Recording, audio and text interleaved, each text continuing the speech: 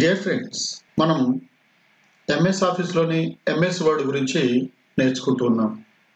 క్రితం వీడియోలో MS Word యొక్క ఫీచర్స్, ఎంఎస్ వర్డ్లో ఉండేటువంటి విభాగాలు, వాటి గురించినటువంటి బేసిక్ ఇన్ఫర్మేషన్ తెలుసుకున్నాం.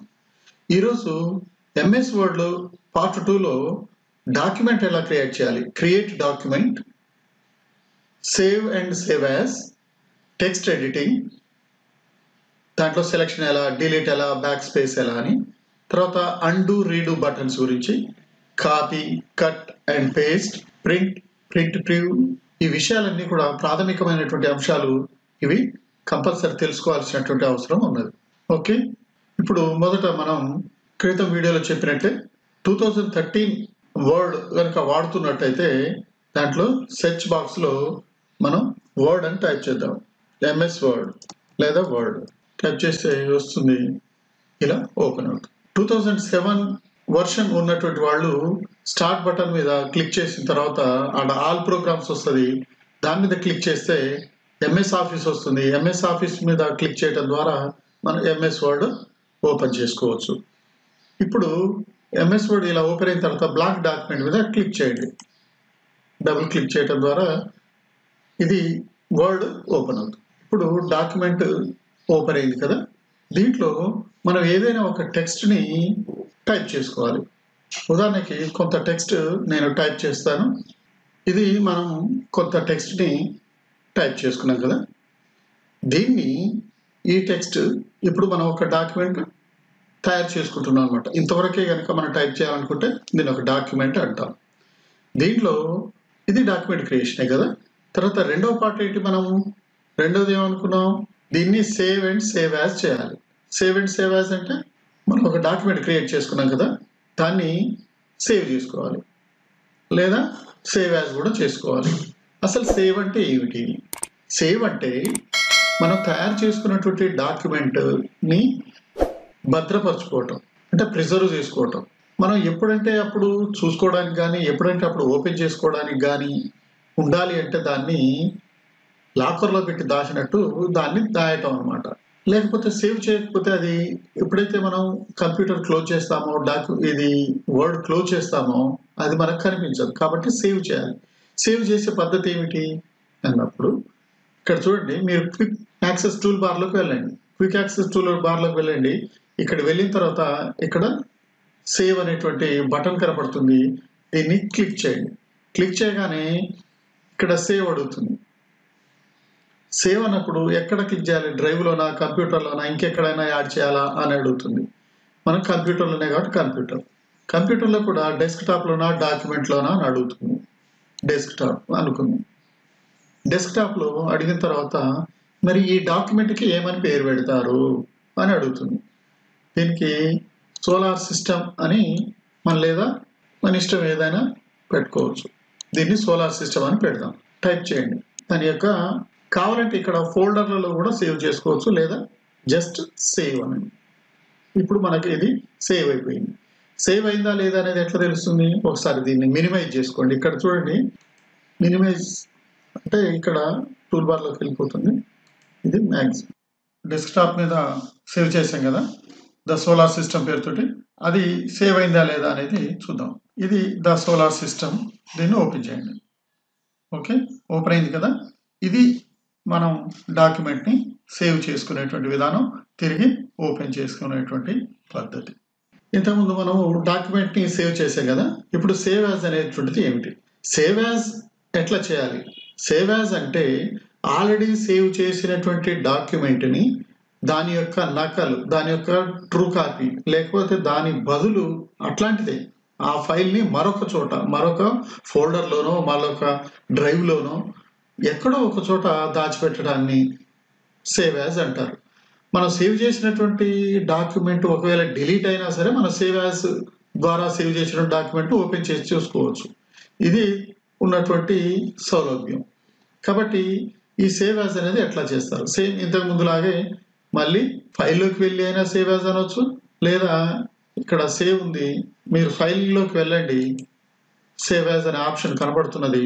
సేవ్ యాజ్లో మళ్ళీ మీరు ఇక్కడికి వచ్చిన తర్వాత డెస్క్టాప్లో ఆల్రెడీ చేసాం కదా, వేరే చోట చూద్దాం. సేవ్ యాజ్ని చిన్ని అనే డ్రైవ్లోకి వెళ్ళి సేవ్ చేద్దాం. ఇదే సోలార్ సిస్టమ్ పేరుతోటి సేవ్ చేద్దాం. ఇప్పుడు సేవ్ అయిపోయింది. సేవ్ యాజ్ ఇక్కడ కూడా అయిపోయింది. చూడండి, మినిమైజ్ చేసి చూద్దాం. ఎక్కడ ఉంటుంది ఇది? మళ్ళీ మై కంప్యూటర్లోకి వెళ్ళండి. దిస్ పీసీ అని కంప్యూటర్లో ఉంటుంది. దీంట్లోకి వెళ్ళి చిన్ని అనేది కదా మనం సేవ్ చేసింది. ఇక్కడ సోలార్ సిస్టమ్ అని వచ్చింది. చూడండి, మనం ఇంతకుముందు సేవ్ చేసింది. అంటే ఇప్పటి వరకు మనం సేవ్ చేసాం, సేవ్ యాజ్ చేసాం. ఇంకా నెక్స్ట్ ఇందులో ఇప్పుడు డిలీట్ బ్యాక్ స్పేస్ అంటే ఏమిటో చూద్దాం.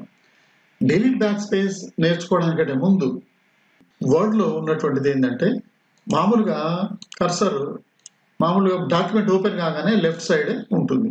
కానీ మనం ఎక్కడైనా టైప్ చేయాలనుకున్నప్పుడు డబుల్ క్లిక్ అనండి. అక్కడే ఇక్కడ క్లిక్ చేస్తే అక్కడ కర్సర్ బ్లింక్ అవుతుంది. ఇక్కడ నుంచి అక్షరాలు టైప్ అవుతాయి. చూడండి, ఇక్కడ క్లిక్ చేస్తే ఇక్కడ నుంచి డబుల్ క్లిక్ అనాలి. సింగిల్ క్లిక్ అన్నప్పుడు ఇక్కడ లెఫ్ట్లోనే వస్తుంది. ఎక్కడ డబుల్ క్లిక్ ఇస్తే అక్కడి నుంచే వస్తూ ఉంటుంది.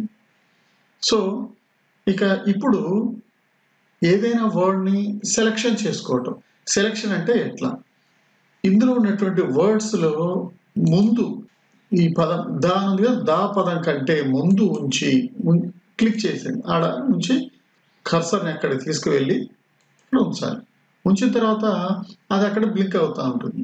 అప్పుడు మనం కీబోర్డ్లో ఉండేటువంటి డిలీట్ బటన్ని నొక్కండి. చూడండి, ఆ టీ ఏమైతే మాయం కావాలి, పోయింది. హెచ్ పోయింది, ఈ పోయింది.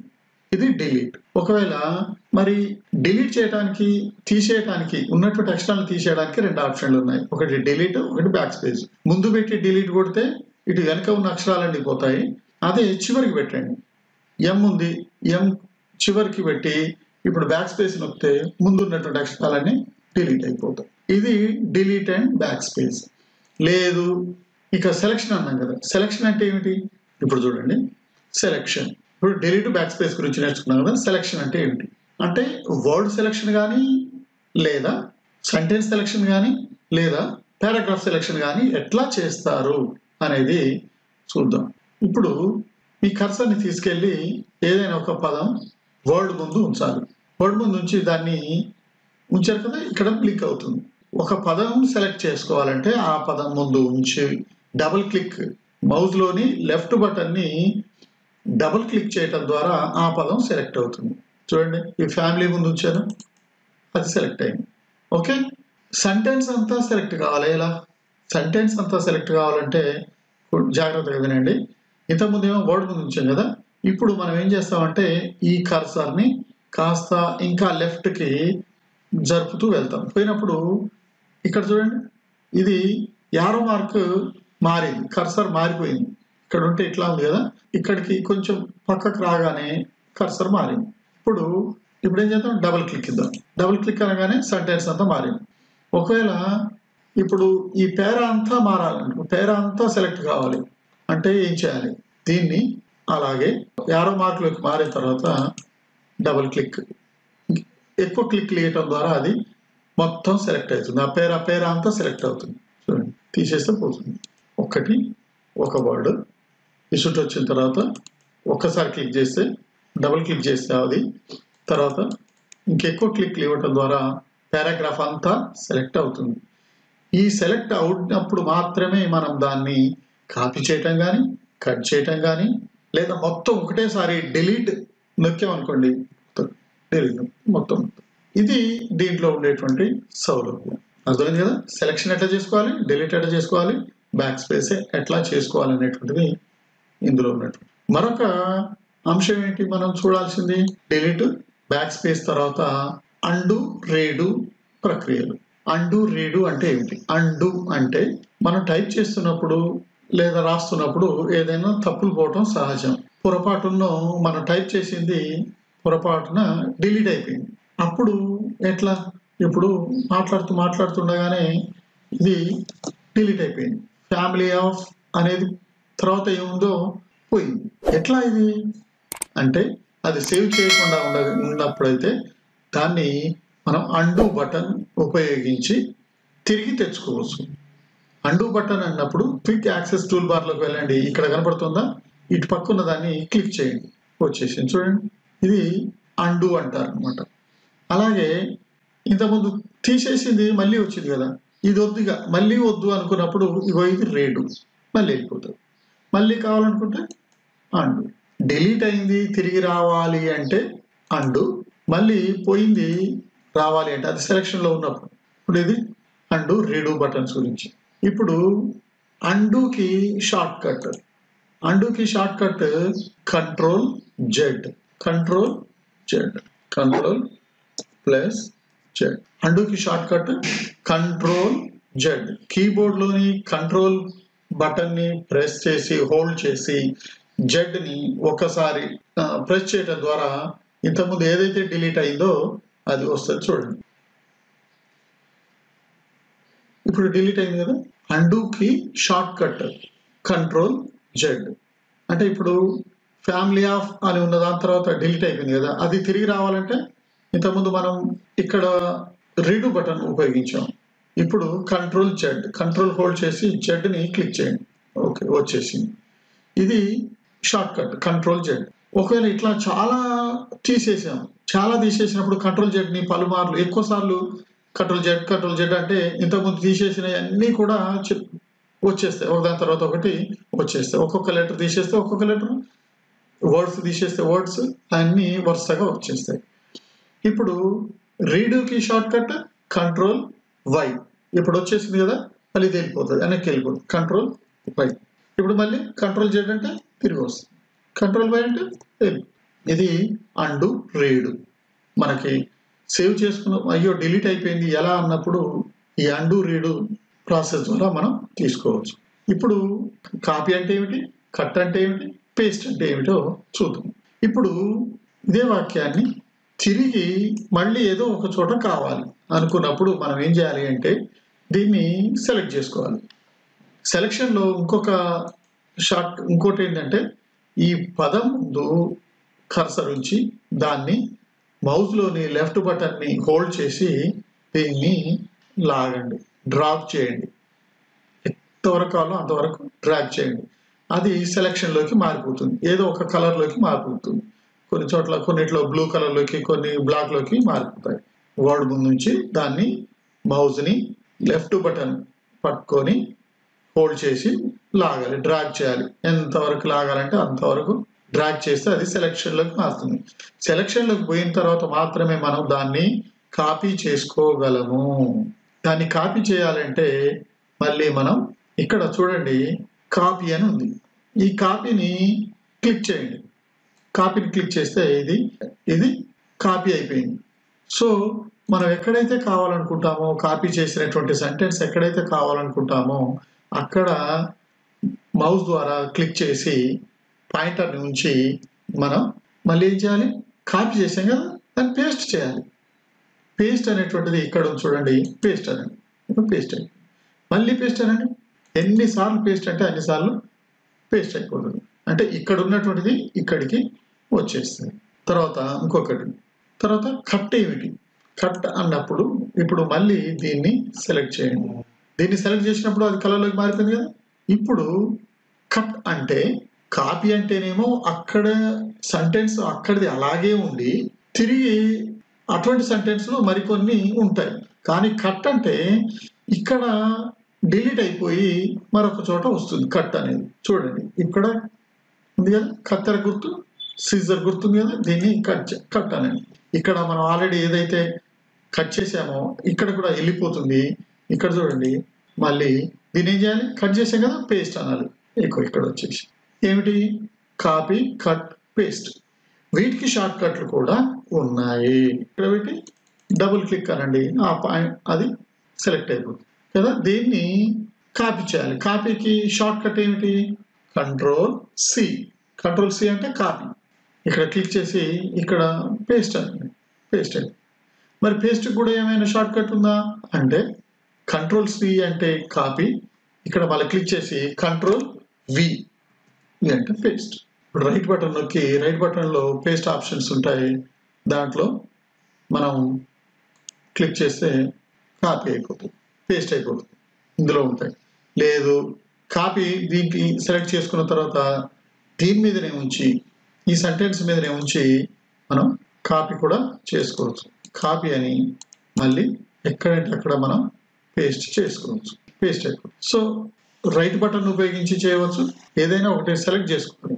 సెలెక్ట్ చేసుకున్న తర్వాత మాత్రమే ఆప్షన్స్ మనకి వస్తాయి. నేను cut, copy, paste options. Paste options 2-3 రకాలు ఉంటాయి. ఇవి కట్ అంటే ఇది కట్ అయిపోతుంది. చూడండి, కట్ అయిపోయింది. మనం ఎక్కడ కావాలంటే అక్కడ చూడండి, ఇక్కడ మళ్ళీ పేస్ట్ ఆప్షన్లో పేస్ట్ అని అయిపోయింది. ఇక్కడ కట్ అయిపోయింది. ఇక్కడ రీడుని కూడా కట్ చేద్దాం. కట్ ఇక్కడ పేస్ట్ చేద్దాం. ఇక్కడ వచ్చేసి ఇవి షార్ట్ కట్లు. కాపీకి Ctrl+C కదా, పేస్ట్కి Ctrl+V. మరి కట్కి ఏంటిది Ctrl+X. Ctrl+X అంటే అది కట్ అయిపోతుంది. చూడండి, Ctrl+X కట్ అయిపోయింది. మళ్ళీ Ctrl+V మళ్ళీ పేస్ట్ అయిపోయింది. ఇది కాపీ, కట్, పేస్ట్. ఇవన్నీ మళ్ళీ వెళ్ళిపోవాలంటే Ctrl+Z. కంటిన్యూ అన్నీ వెళ్ళిపోతాయి. మరి ఇవన్నీ మళ్ళీ తిరిగి రావాలంటే Ctrl+Y. ఇది కట్, కంట్రోల్, పేస్ట్. ఈ అన్నిటిని మళ్ళీ సేవ్ చేయాలంటే ఏం చేయాలి? సేవ్ బటన్ని నొక్కండి. సేవ్ అయిపోతుంది. ఆల్రెడీ సేవ్ అయింది కాబట్టి మళ్ళీ ఇంకొకసారి పేరు అడగదు, అందులోనే ఆటోమేటిక్గా సేవ్ అయిపోతుంది. అట్లాగే ఇవన్నీ కూడా మనం ఏం చేసాము? ఇవన్నీ టైప్ చేసుకున్నాం, ఇవన్నిటిని సేవ్ చేసాము. మరి ప్రింట్ తీయాలంటే ఎలా? ప్రింట్ చేసుకోవాలి. దీన్ని ప్రింట్ చేసుకోవాలి. మనకు ప్రింటర్ ఉంటుంది. ప్రింటర్లో సేవ్ చేసుకోవటం ఎలా? దీంట్లో మీరు ఫైల్ బటన్లోకి వెళ్ళి, ఇక్కడ చూడండి ఫైల్ ఉంది కదా, ఫైల్ బటన్లోకి వెళ్ళి ప్రింట్ ఆప్షన్ ఉంటుంది. ప్రింట్ ఆప్షన్ని క్లిక్ చేయండి. ప్రింట్ ఆప్షన్ని క్లిక్ చేయడం ద్వారా మనకి ఈ ఆప్షన్స్ వస్తాయి. ఒక్కొక్క దాంట్లో విండోస్ 7లో ఒకలాగా, విండోస్ 13లో ఒకలాగా ఉంటుంది, సేమ్ ఉంటుంది. కానీ ఇందులో మనకి సెట్టింగ్స్, పేపర్ సెట్టింగ్స్ ఏం కావాలి, A4 కావాలా, A3 కావాలా, లేకపోతే కొలేట్, లీగల్, ఇవన్నీ కూడా మనకు కనబడతాయి. అట్లాగే ఇక్కడ ప్రింటర్ ఇక్కడ ఉంది, ఎన్ని కాపీలు ప్రింట్ చేసుకోవాలనేది కనబడుతుంది. ఇక్కడ ప్రింట్ ప్రివ్యూ, అక్కడ మనం ఏదైతే డాక్యుమెంట్ ప్రిపేర్ చేసుకున్నామో అది మనం ప్రింట్ చేసినప్పుడు ఎలా రావాలో ఇక్కడ మనకు కనబడుతుంది. ఇక్కడ సోలార్ సిస్టమ్ అనేటువంటిది సెంటర్లో లేదు. సెంటర్లో రావాలంటే అక్కడ మార్పులు చేసుకోవాలి. చూడండి, అక్కడ మార్పు చేసి వద్దాం ఒకసారి. ఇది సెంటర్లోకి రావాలి అంటే మనం ఇక్కడ మార్చుకొని, ఈ సెంటర్ అలైన్మెంట్ గురించి మరొక వీడియోలో చెప్తాను. దీన్ని ఫాంట్ పెంచుకోవడం తెలుసు కదా, పెద్దగా అంటే వచ్చేస్తుంది. దీన్ని ఇప్పుడు ప్రివ్యూలో చూద్దాం. ప్రింట్ అన్నాం, చూడండి సెంటర్కి వచ్చేసింది కదా, ఇది ప్రింట్ ప్రివ్యూ. దీన్ని ప్రింట్ ఏదైనా ఒక పేపర్ సెలెక్ట్ చేసుకొని దీన్ని మనం పేజీ సెటప్ చేసుకొని దాన్ని మనం ప్రింట్ తీసుకోవచ్చు. దీన్ని ఇక్కడ ఉన్నదాన్ని మనం ప్రింట్ అనడం ద్వారా అది పేజీ ప్రింట్ అయిపోతుంది. దీనికి ప్రింట్, దీనికి కూడా ఏమైనా షార్ట్ కట్ మెథడ్ ఉందా? ఉంటుంది. వర్డ్లో చాలా వాటికి చాలా రకాలైనటువంటి షార్ట్ కట్స్ ఉన్నాయి. ఇప్పుడు ఫైల్లోకి వెళ్ళి ఆ ప్రింట్ ఎక్కడుందో ఎత్తుక్కొని అనే బదులు దీన్ని డైరెక్ట్గా Ctrl+P. Ctrl+P అంటే చూడండి, Ctrl+P అనగానే మళ్ళీ అదే ఆప్షన్ వచ్చింది. ఇది ప్రింట్ ఆప్షన్, ప్రింట్కి సంబంధించినటువంటి షార్ట్ కట్. ఇది మరి ఈ డాక్యుమెంట్ ఇంత చెప్పారు కదా, ఈ డాక్యుమెంట్కి ఇది ఇట్లానే ఉంది. ఈ డాక్యుమెంట్ ఇలా ఉండగానే ఇంకొక డాక్యుమెంట్ క్రియేట్ చేయాలి అంటే ఎట్లా అన్నప్పుడు ఫైల్లోకి వెళ్ళి న్యూ ఉంటుంది. ఈ న్యూని క్లిక్ చేయడం ద్వారా మళ్ళీ ఒక బ్లాంక్ డాక్యుమెంట్ని క్లిక్ చేసుకోవచ్చు. ఇది కొత్త బ్లాంక్ డాక్యుమెంట్. మరి ఇట్లా కాకుండా దీనికి కూడా ఏమైనా షార్ట్ కట్ ఉందా? దీనికి కూడా ఒక షార్ట్ కట్ ఉంది. ఏంటిది? Ctrl+New, Ctrl+N. న్యూ ఎన్ అంటే న్యూ, కంట్రోల్ పట్టుకొని ఎన్ అనండి, కొత్త డాక్యుమెంట్ వచ్చింది. చూడండి, వచ్చిందా? ఇది కొత్త డాక్యుమెంట్ని క్రియేట్ చేసుకోవటం. కావలిస్తే దీంట్లో ఏమైనా టైప్ చేసుకోవచ్చు. టైప్ చేసుకొని దీన్ని కూడా సేవ్ చేసుకోవాలి. ఆల్రెడీ సేవ్ చేసుకున్నది కాదు ఇది, మళ్ళీ దీన్ని సేవ్ చేసుకోవాలి. అంటే ఏం చేయాలి? Ctrl+S. Ctrl+S అంటే మళ్ళీ అడుగుతుంది ఎక్కడ డ్రైవ్, ఎక్కడ కంప్యూటర్లో, డెస్క్లో, అవి డెస్క్టాప్లోనా, G డ్రైవ్లోనా, డాక్యుమెంట్స్లోనా, లేకపోతే ఇంకెక్కడైనా చేస్తావా అని మళ్ళీ అడుగుతున్నది. అది క్లిక్ చేసి మళ్ళీ దానికి ఒక పేరు పెట్టుకోవాలి. పెట్టుకొని సేవ్ అంటే సేవ్ అయిపోతుంది. ఇంతే. ఇది దీంట్లో ఉన్నటువంటి కొత్త డాక్యుమెంట్ క్రియేట్ చేసుకోవటం అనేటువంటిది. ఇప్పటి వరకు మనము దీంట్లో వర్డ్లో కొత్త డాక్యుమెంట్ క్రియేట్ చేసుకున్నాం, దాంట్లో టైప్ చేసుకున్నాం, డిలీట్ చేసాము, బ్యాక్ స్పేస్ అంటే ఏంటో తెలుసుకున్నాం, రీడు, అండు, సేవ్, ప్రింట్, ఇట్లాంటివి అన్నీ ఇందులో ఈరోజు వీడియోలో నేర్చుకున్నాం. మీరు ప్రాక్టీస్ చేస్తూ ఉండండి, డెఫినెట్గా నేర్చుకుంటారు. అసాధ్యమైనది ఏదీ లేదు. ఇదేమైనా పెద్ద రాకెట్ సైన్స్ కాదు, చాలా సులభంగా నేర్చుకునేటువంటిది. కాబట్టి ఈ వీడియోని జాగ్రత్తగా గమనించి నేర్చుకుంటూ ఉండండి. మరికొంత సమాచారంతో మరొక వీడియోలో మంచి వీడియో కోసం వెయిట్ చేస్తూ ఉండండి. దీన్ని నచ్చినట్లయితే మీ మిత్రులకి అందరికీ షేర్ చేయండి, లైక్ చేయటం మర్చిపోవద్దు. Thank you.